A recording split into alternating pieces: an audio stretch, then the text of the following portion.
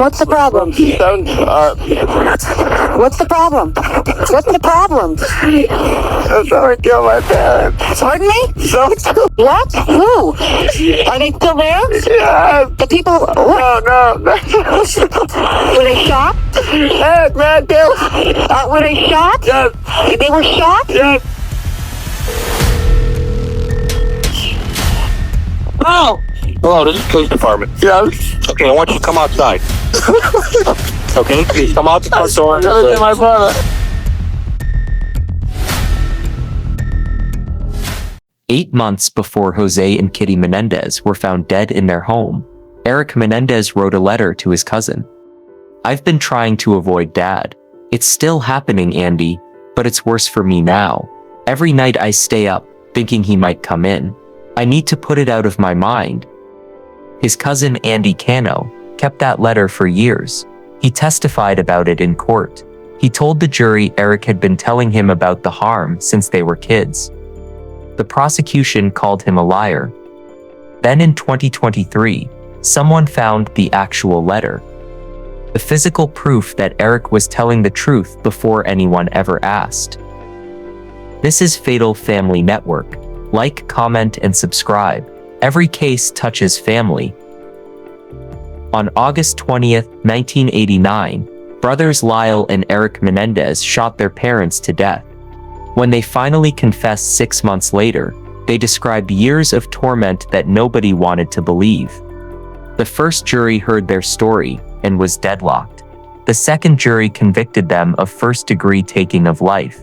But now, decades later, that letter has been found. A member of the boy band Menudo has come forward saying Jose Menendez did the same thing to him, and family members are saying they knew something was wrong, but didn't speak up. So here's what we need to answer.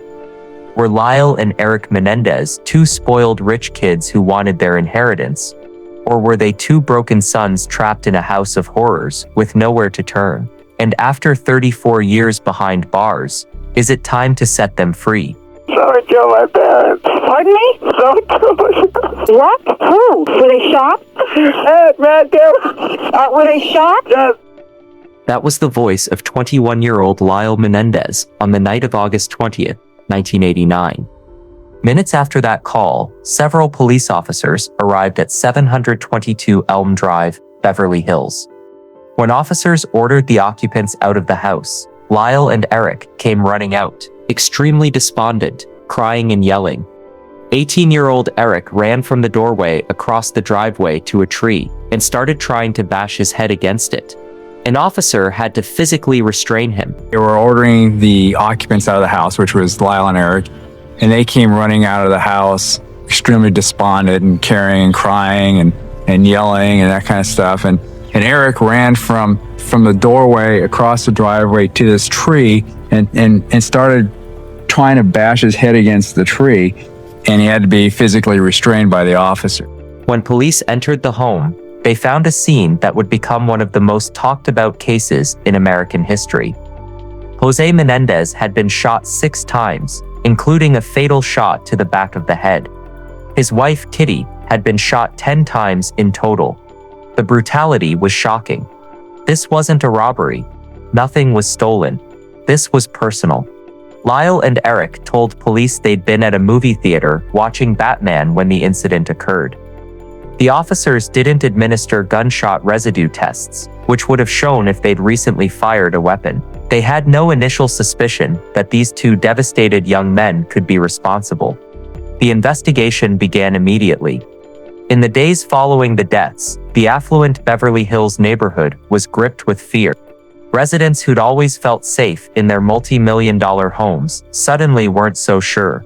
One neighbor described the shock, saying they never thought something like this would happen right where they worked every day. The usual sense of security was shattered.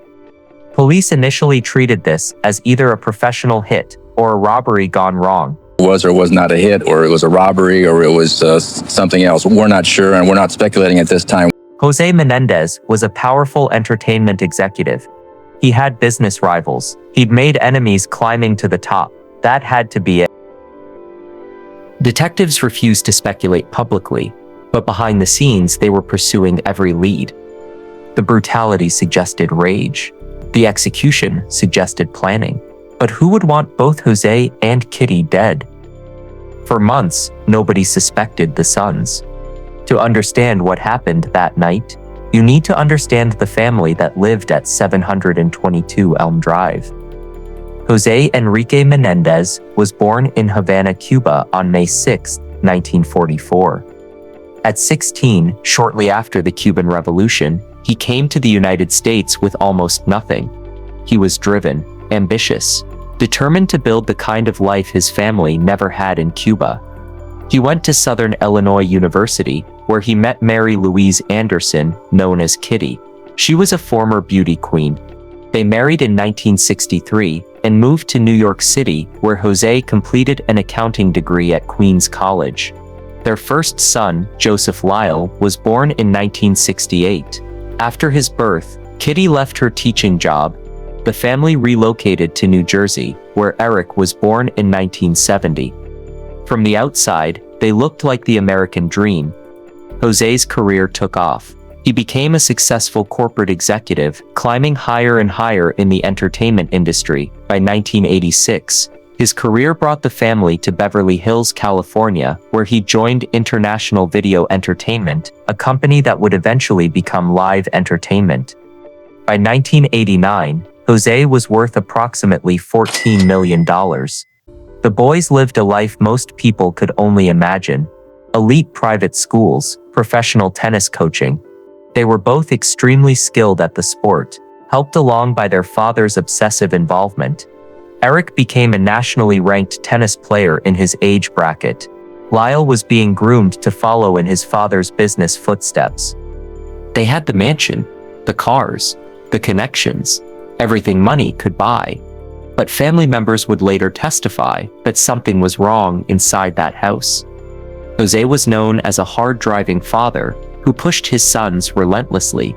He was controlling, demanding. Some said his obsession with his sons went beyond normal parental involvement. And Kitty? She was described as someone who worshipped her husband, someone who would tell Jose everything, someone the boys couldn't trust with their secrets. On the surface, the Menendez family had it all, but beneath that surface, something dark was festering. In the months following the deaths of Jose and Kitty, Lyle and Erik's behavior raised eyebrows. While most people would be paralyzed by grief, the brothers began spending money, a lot of money. Lyle bought expensive clothes, a Rolex watch, a $62,000 Porsche. He returned to the Princeton area, where he'd gone to school, and instead of resuming his education, bought a restaurant. He told people his mother would have been pleased. His friends say they thought it was his way of dealing with his grief. Over several weeks, he bought clothes, a Rolex, a $62,000 Porsche. Rather than return to school, he bought a restaurant, saying his mother would have been pleased.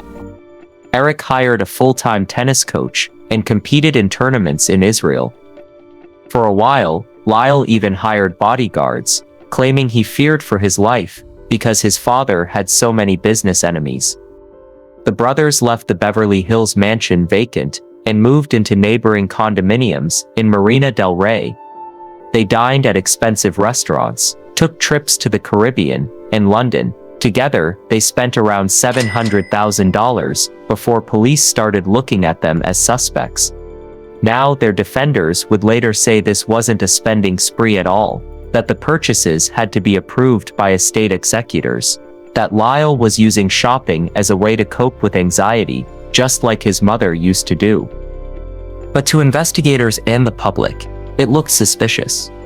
If you just lost both parents in a brutal attack, why are you buying Porsches and taking vacations? Why aren't you devastated? Why aren't you mourning? The media started paying attention, and the more people looked at the Menendez brothers, the more questions arose. What happened next would change everything. After the deaths, Erik Menendez reached out to his former psychologist, Dr. Jerome Oziel, and began counseling sessions again. Older brother Lyle joined these sessions too. Dr. Oziel was complicated. He had his own issues, his own controversies. Nearly 6 months after the incident, in March 1990, authorities received an unexpected tip from Judalon Smith, the extramarital lover of Dr. Oziel. I would not want children that looked like Dr. Oziel. So, Judalon claimed that Dr. Oziel had been controlling her, manipulating her, isolating her from everyone she knew.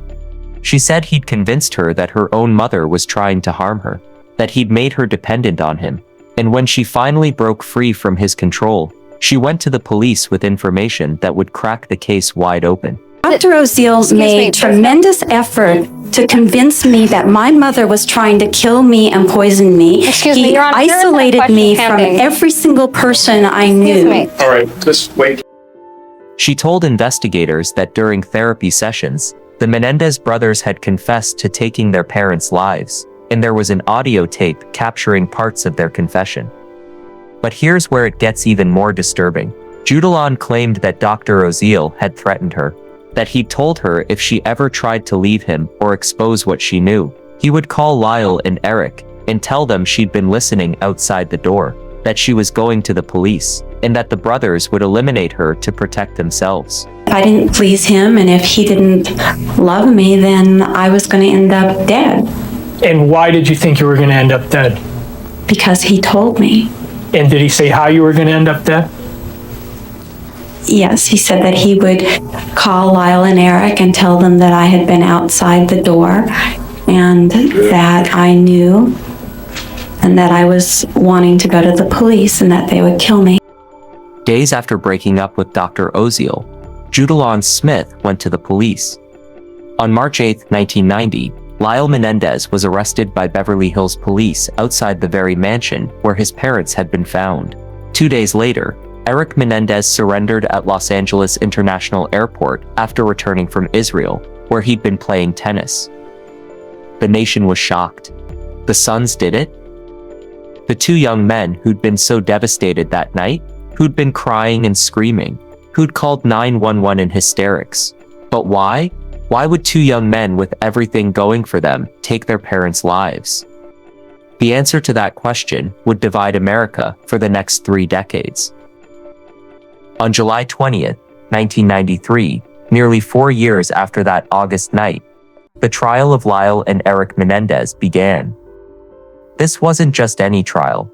This was one of the first cases to be broadcast on the new Court TV channel. Cameras in the courtroom meant millions of Americans could watch every single moment unfold in real time. The brothers were tried together, but had separate juries deciding their fate. If found guilty, they faced the possibility of the death penalty. The prosecution's case seemed straightforward. 2 spoiled rich kids wanted their parents' fortune. They planned the attack. They bought shotguns. They executed Jose and Kitty in cold blood.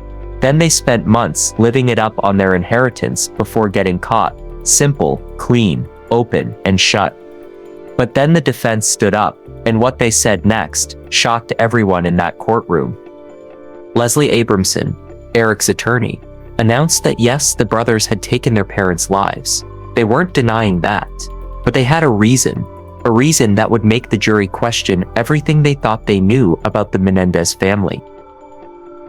The brothers claimed they were victims, that their father had been harming them for years, that their mother knew and did nothing, that on that August night, they weren't committing a crime, they were trying to survive. The courtroom went silent. Before the brothers took the stand, the defense brought in family members, people who had seen the Menendez family up close, people who had noticed things that didn't seem right. One by one, relatives testified about Jose's behavior, how controlling he was, how obsessed he seemed with his sons, how he wouldn't let them have normal childhoods or friendships. They talked about Kitty's relationship with her husband, how she worshipped Jose, how she told him everything, how the boys couldn't trust her with anything, because it would go straight back to their father. Mr. Anderson, during the period of time that you were at these houses, you never saw any sexual abuse, did you? We were not allowed in the room. You saw no sexual abuse, is that correct? If you don't want to consider the showers that they took together after they were playing tennis, I found kind of strange. And was there a time when in cleaning the room you found something unusual? I found a Tupperware container under the bed. And what was in the Tupperware container? Feces remnants. No, I'm not an expert on feces, but no, it was not animal feces, no. I thought he was there to say goodnight. And he started asking me if he could sleep down there because Kathy had already gone and there was 2 single beds. Okay. He proceeded to indicate to me by touching himself down and saying that his dad and him had been touching each other down there. Some family members admitted they'd suspected something was wrong. They'd seen warning signs, behaviors that made them uncomfortable. But this was the 1980s. People didn't talk about these things, especially not in wealthy families, especially not about fathers and sons. So they stayed quiet, and the boys remained trapped. Then came the testimony that would change everything. When Erik Menendez took the stand, he was 22 years old. He'd been in jail for over 3 years at this point, waiting for this moment. What happened next would become some of the most talked about testimony in American legal history. Erik began describing his childhood, and what he said made people in the courtroom physically uncomfortable.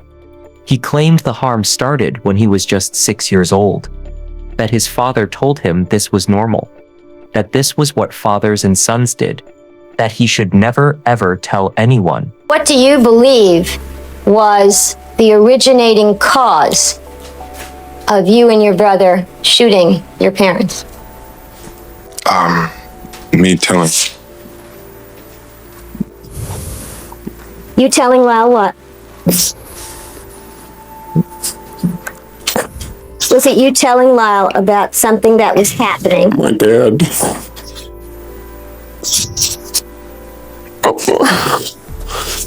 My dad.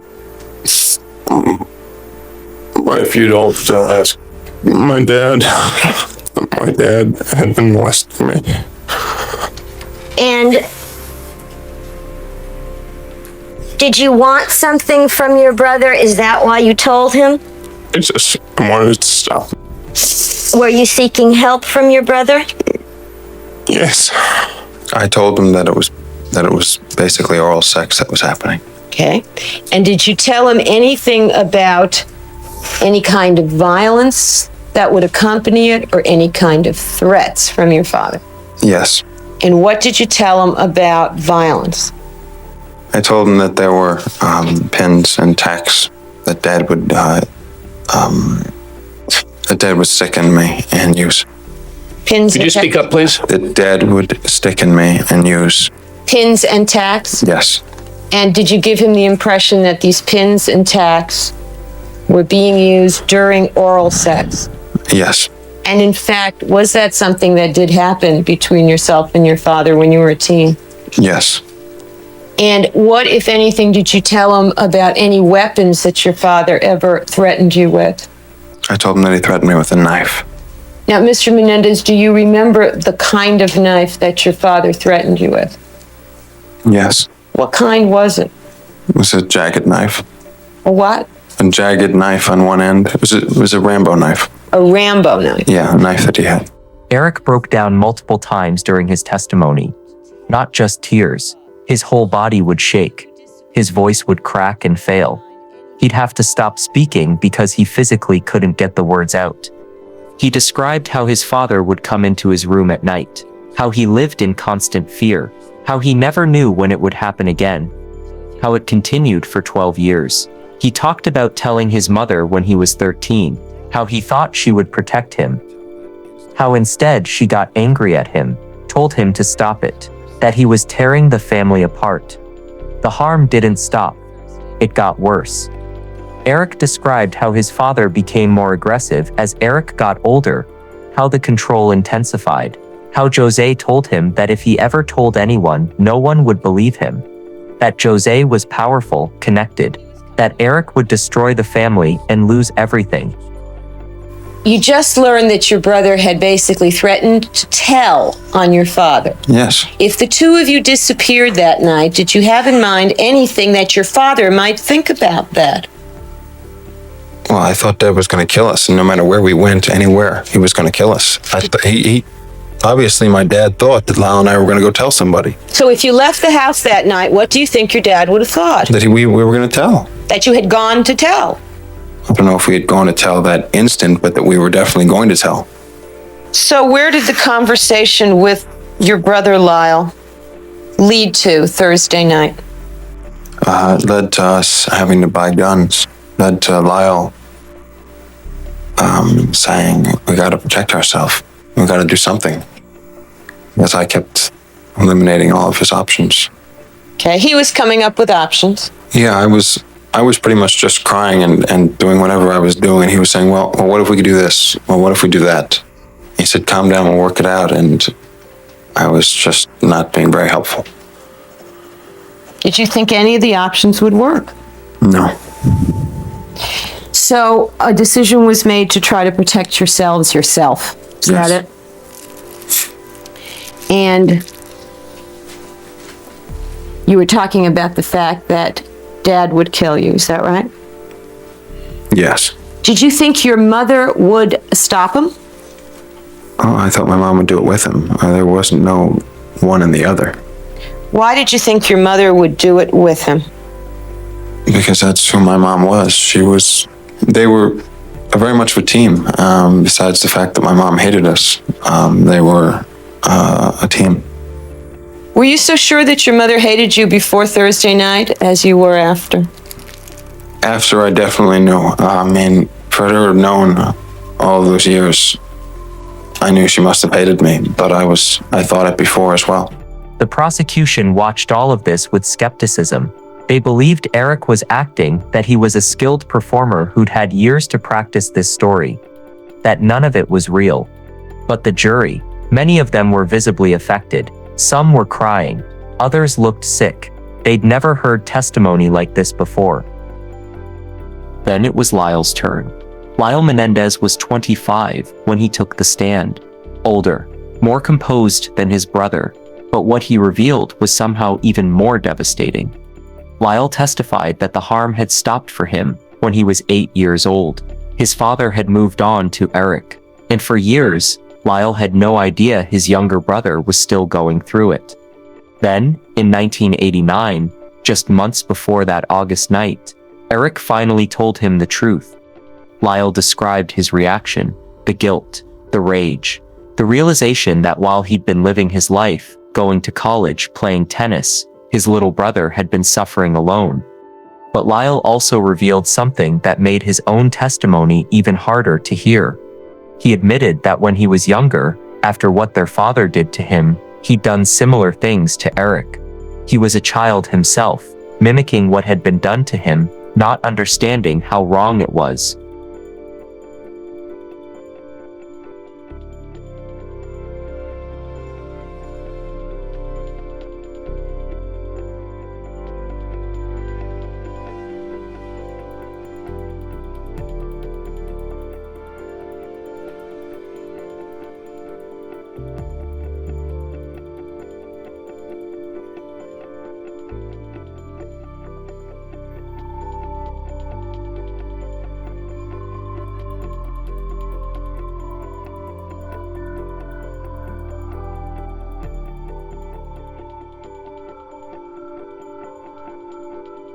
He would take photographs of us, of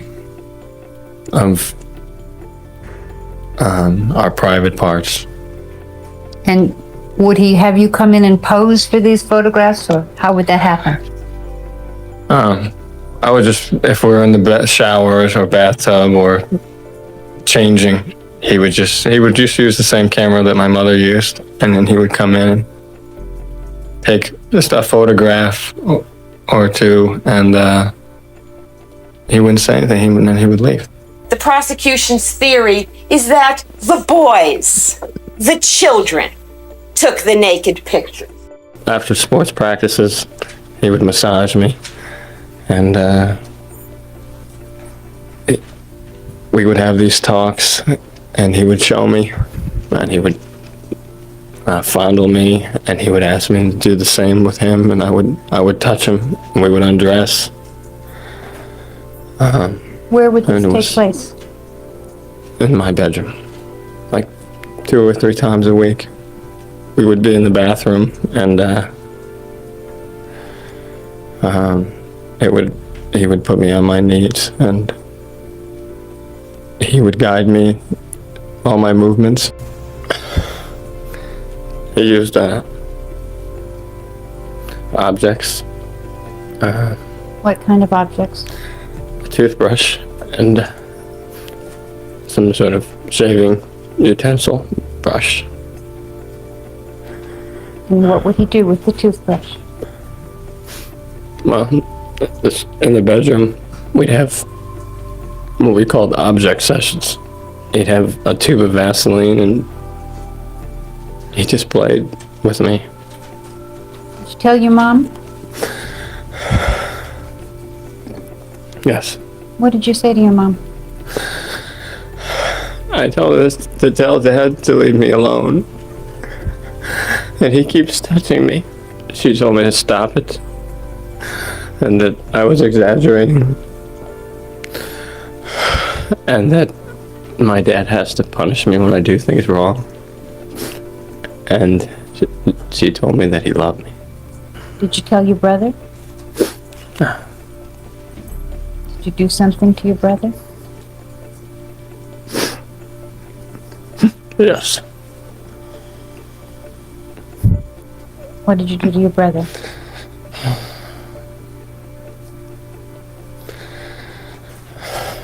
I took him out to the woods.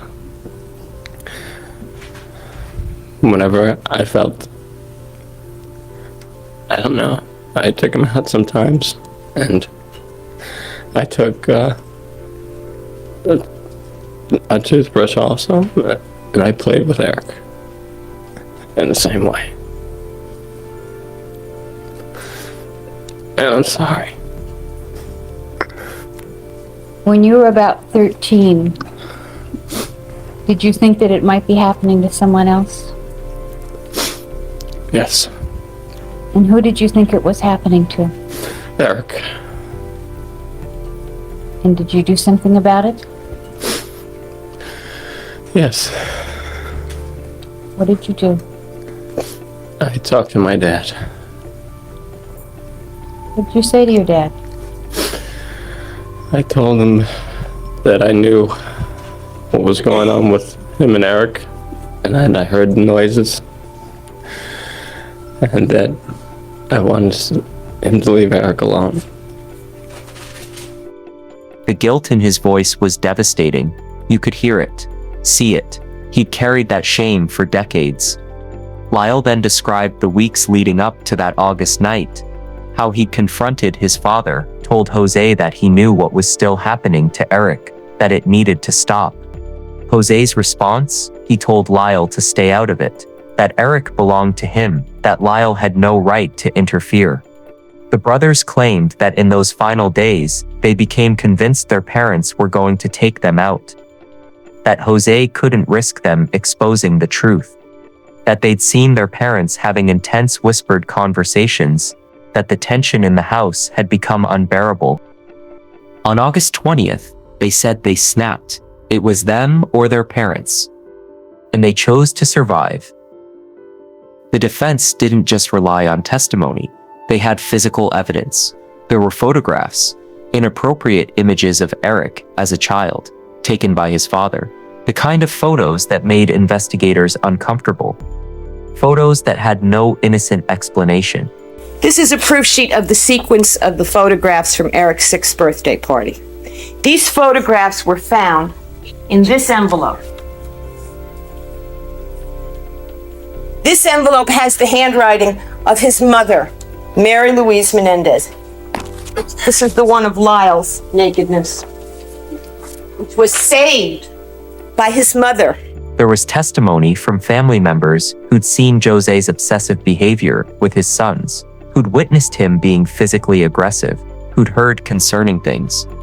And there was Andy Kano, Erik's cousin, the one Erik had confided in since they were children. Andy took the stand and testified that Erik had been telling him about the harm for years, that it wasn't a story made up for the trial, that Erik had been crying out for help long before anyone was paying attention. Andy even testified about a letter Erik had written to him in December 1988, 8 months before that August night. In that letter, Erik described what was still happening, how he was trying to avoid his father, how afraid he was. The prosecution called Andy a liar. They said he was making it up to help his cousins, that there was no letter. That this was all part of an elaborate defense strategy, but Andy insisted it was true. Erik had been telling him the truth for years. The problem, nobody could find that letter in 1993. It had been lost, misplaced. So the jury had to decide, was Andy telling the truth, or was he lying to save his cousins? The prosecution had a different story, and they told it aggressively. They argued that Lyle and Erik were spoiled brats who wanted their inheritance. That Jose was a strict father, yes, but he was trying to push his sons to be successful. That the harm story was completely fabricated. They pointed to the spending spree. $700,000 in just a few months. Porsches, Rolex watches, trips abroad. Does that look like the behavior of traumatized young men who just lost their parents? They emphasized that the brothers had bought the shotguns days before that night, that they'd driven to San Diego to purchase them so they couldn't be traced, that this was premeditated, planned, calculated. The prosecution also brought up the brothers' behavior after the incident, how they'd called 911 crying and screaming, how Erik had tried to hurt himself against that tree, how they'd played the role of devastated sons for months. The lead prosecutor was relentless. She called the defense claims the excuse. She said wealthy people don't get to make up stories about their childhood to avoid consequences for taking lives. She argued that if the harm really happened, why didn't the brothers just leave? They were adults. Erik was 18, Lyle was 21. They could have moved out, gone to the police, done literally anything other than what they did. But the defense had an answer to that, and it was one that would resonate with abuse survivors everywhere. This became the central question of the trial. If everything they said was true, why didn't they just walk away? Leslie Abramson explained it in a way that many people had never heard before.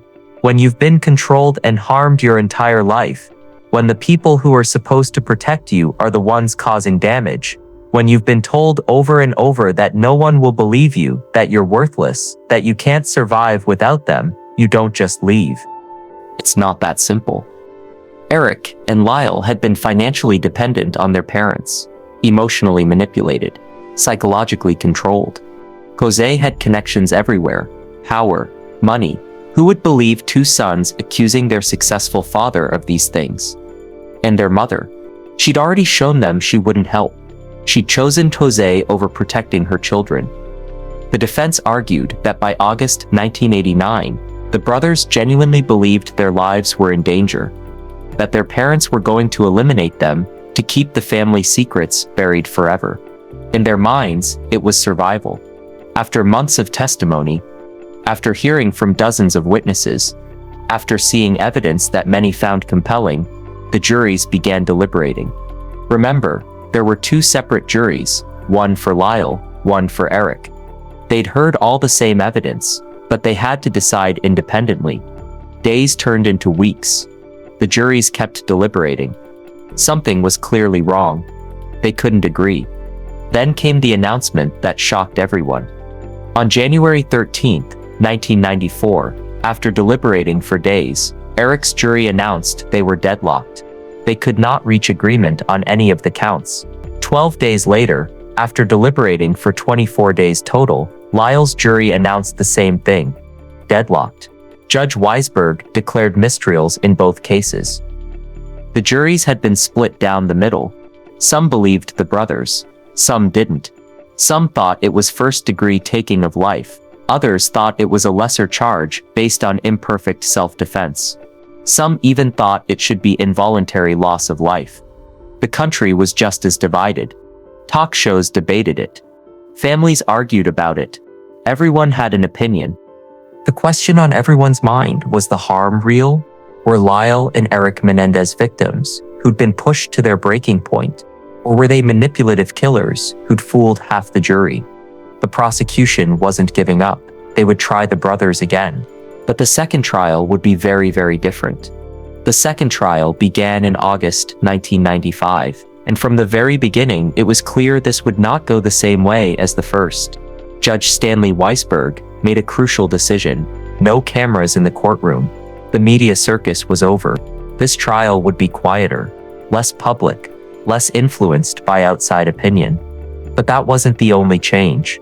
Judge Weisberg also made a ruling that devastated the defense. He decided that much of the harm testimony from the first trial would not be allowed in the second. The jury wouldn't hear most of the evidence. They wouldn't see those photographs. They wouldn't hear the full extent of what the brothers claimed happened to them. The reasoning. A recent Supreme Court decision in an unrelated case had set new standards for what kind of evidence could be presented in cases like this. The defense was furious. How could the jury make an informed decision if they didn't hear the complete story? Leslie Abramson continued to represent Erik, though by this point, the Menendez estate had run out of money. She was being paid by Los Angeles County taxpayers. The prosecution team was refreshed too. They brought in David Kahn, a heavily experienced prosecutor who'd spent 2.5 years mapping out a strategy to dismantle the defense. This time, Lyle Menendez declined to take the stand. He testified in the first trial. He told his story. He wasn't going to do it again. The prosecution hammered their theory. This was never about harm. It was always about money.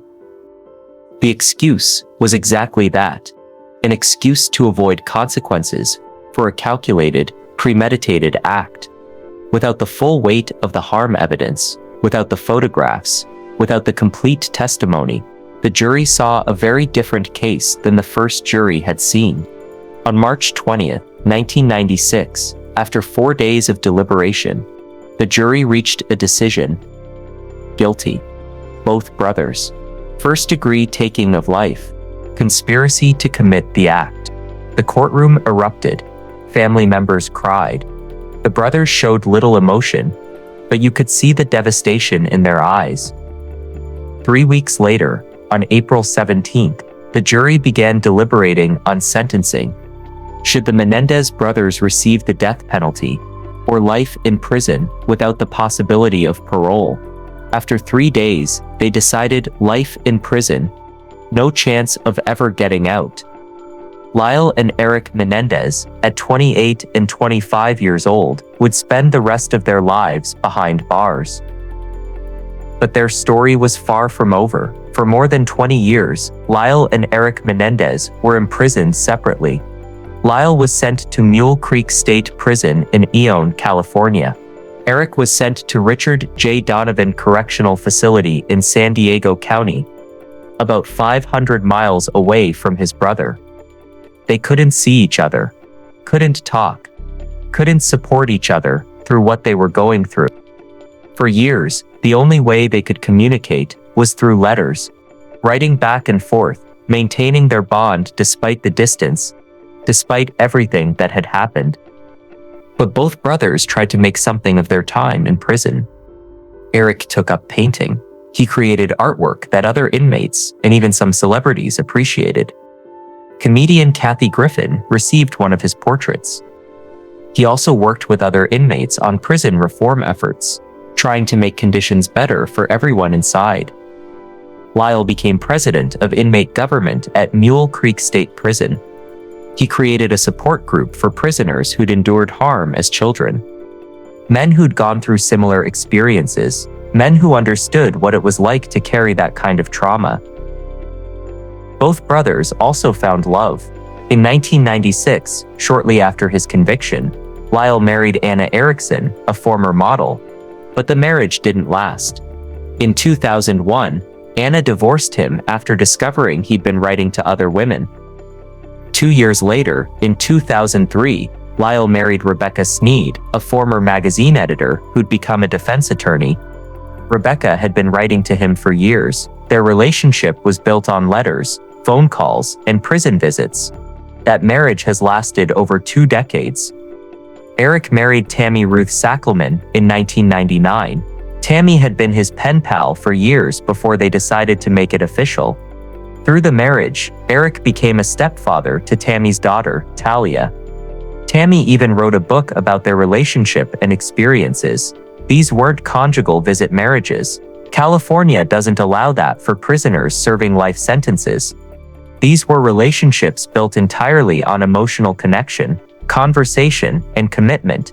Despite the circumstances, the brothers were making lives for themselves behind bars. They were helping other inmates, building relationships, growing as people.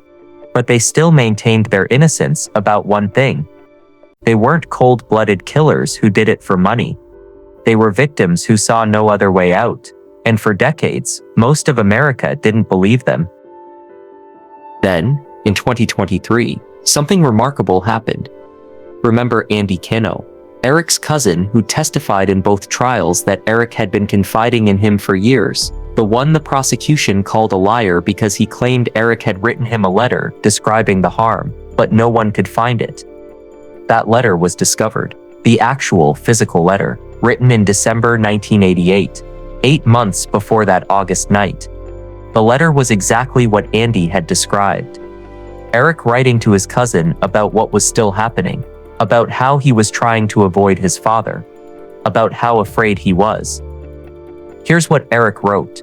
At times I wish I could talk to her about things, you know, someday, especially Dad and I, but the way she worships him and tells him everything, I'm so afraid she'll tell him whatever I say. I just can't risk it. He continued. I've been trying to avoid Dad. It's still happening, Andy, but it's worse for me now. I can't explain it. He's so overweight that I can't stand to see him. I never know when it's going to happen, and it's driving me crazy. Every night I stay up, thinking he might come in. I need to put it out of my mind. Then Erik wrote something that showed just how trapped he felt. I know what you said before, but I'm afraid you just don't know Dad like I do. He's crazy. He's warned me 100 times about telling anyone, especially Lyle. Am I a serious wimp? I don't know. I'll make it through this. I can handle it, Andy. I need to stop thinking about it. This letter proves something crucial. Erik wasn't making up his story for the trial. He was talking about it 8 months before that night, before anyone was arrested, before anyone needed a defense strategy. Andy Kino had been telling the truth all along, but he'd passed away in 2003, never seeing this vindication. Cliff Gardner, one of the brothers' appellate attorneys, told the media that this letter was proof the brothers had been honest from the beginning, that the prosecution had been wrong to call Andy a liar, that the jury in the second trial should have heard this evidence. But the letter wasn't the only new evidence. In 2023, Roy Rosello came forward with a story that shocked everyone following the case. Roy had been a member of Menudo, the famous Puerto Rican boy band from the 1980s. In the early 80s, when Roy was just a teenager, Jose Menendez was working as an executive at RCA Records. RCA signed Menudo to a recording contract. Roy, now 54 years old, filed a sworn affidavit claiming that Jose Menendez had harmed him too. According to Roy's affidavit, in the fall of 1983 or 1984, when he was between 14 and 15 years old, he went to Jose Menendez's home. He says he was given a glass of wine and then felt like he had no control over his body. He claims Jose took him to a room and harmed him.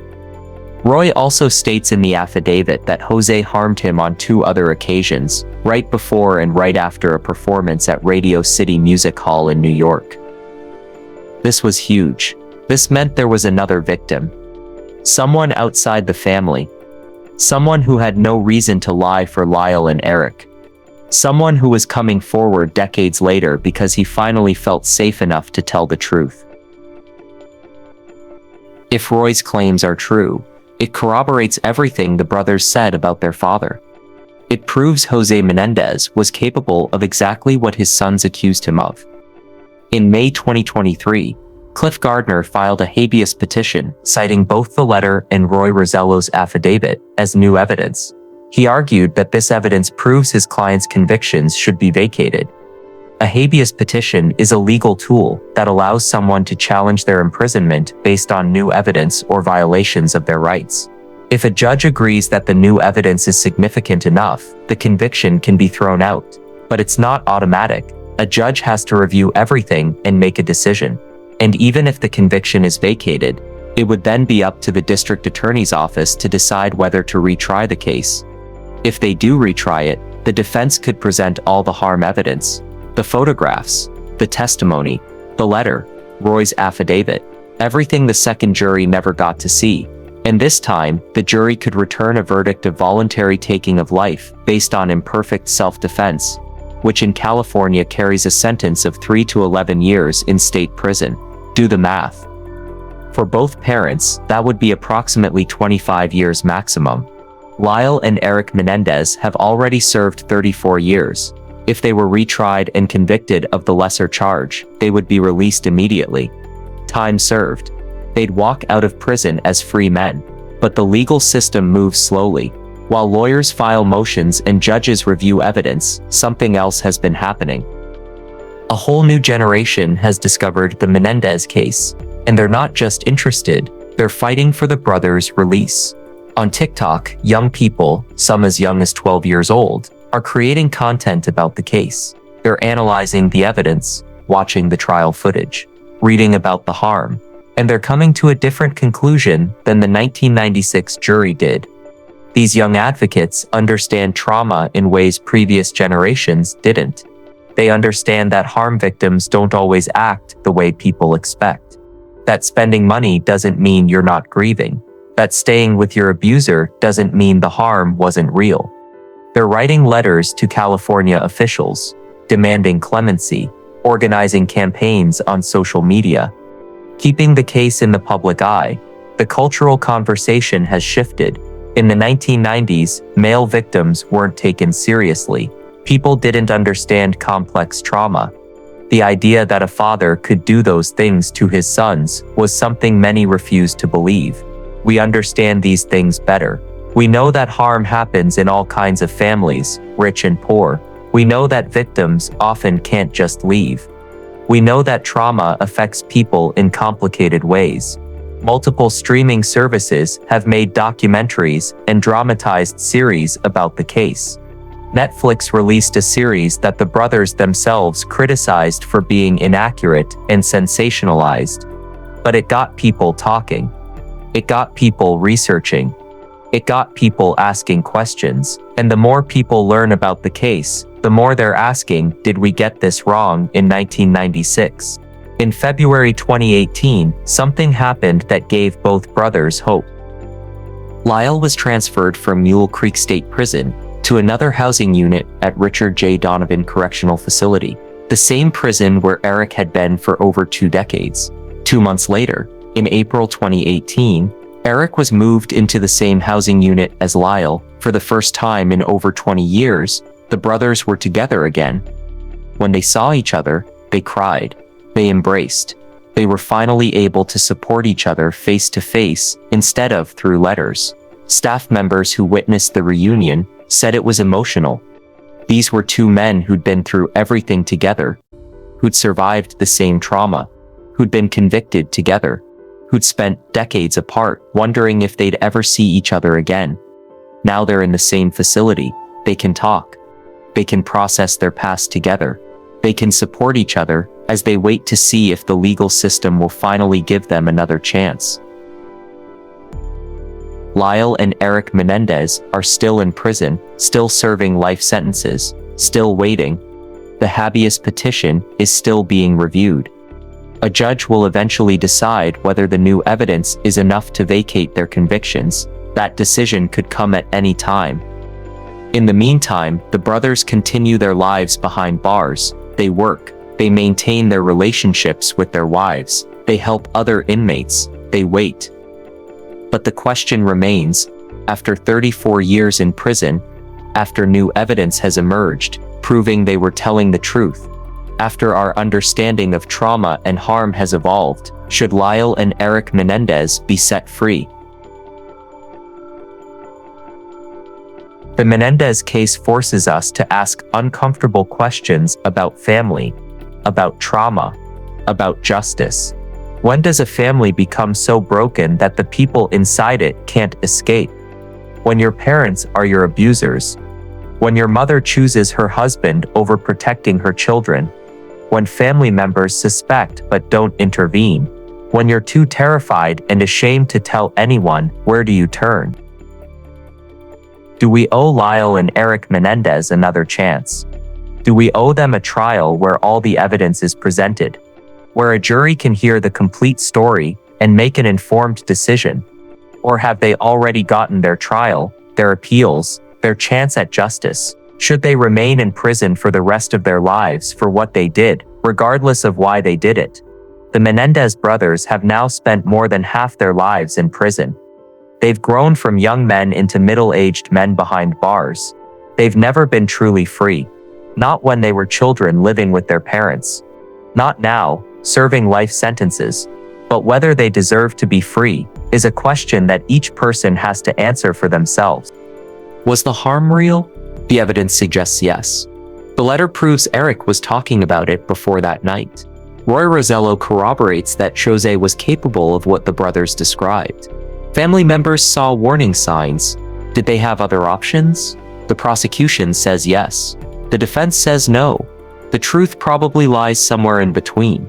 Do they deserve to spend the rest of their lives in prison? That's where opinions diverge completely. What we know for certain is this. The Menendez case reveals something dark about families, about how harm can hide behind wealth and success, about how victims can be trapped even when it looks like they have everything, about how the people who are supposed to protect you can be the ones who destroy you. 34 years later, the Menendez brothers are still waiting, still hoping, still fighting for a chance at freedom. And America is still divided on whether they deserve it. What do you think? Were Lyle and Erik Menendez victims who were pushed to their breaking point? Or were they killers who've been manipulating everyone for decades? Leave your thoughts in the comments below. And if you want to stay updated on cases like this, cases where family dynamics change everything, make sure to subscribe to Fatal Family Network. Hit that notification bell so you don't miss our next story. Because remember, every case touches family.